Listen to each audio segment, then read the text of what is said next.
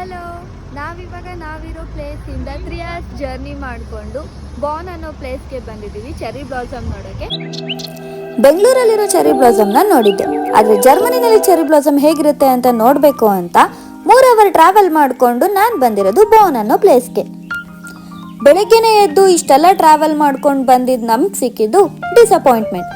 ಯಾಕಂದ್ರೆ ನಾವು ಬಂದಿರೋದು ಎಲೆಗಳೆಲ್ಲ ಉದ್ರೋಗಿ ಇನ್ನೇನು ಸಮ್ಮರ್ ಸ್ಟಾರ್ಟ್ ಆಗಬೇಕು ಆ ಟೈಮಿಗೆ ಬಂದಿದ್ದೀವಿ.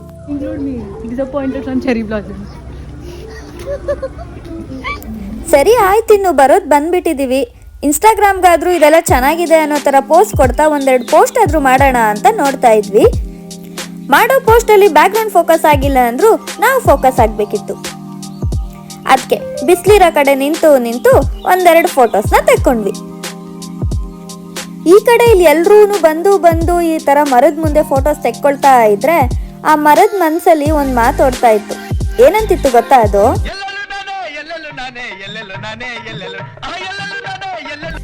ಆಮೇಲೆ ಏನೋ ರೋಡೇ ನಮ್ದು ಅನ್ನೋ ತರ ರೋಡ್ ಪಕ್ಕದಲ್ಲೇನೆ ಒಂದು ಸ್ಟಾಪ್ ಹಾಕಿ ತಂದಿರೋ ಆಲೂ ಪಕೋಡ ಮತ್ತೆ ಅವಲಕ್ಕಿನ ತಿನ್ಕೊಂಡ್ವಿ.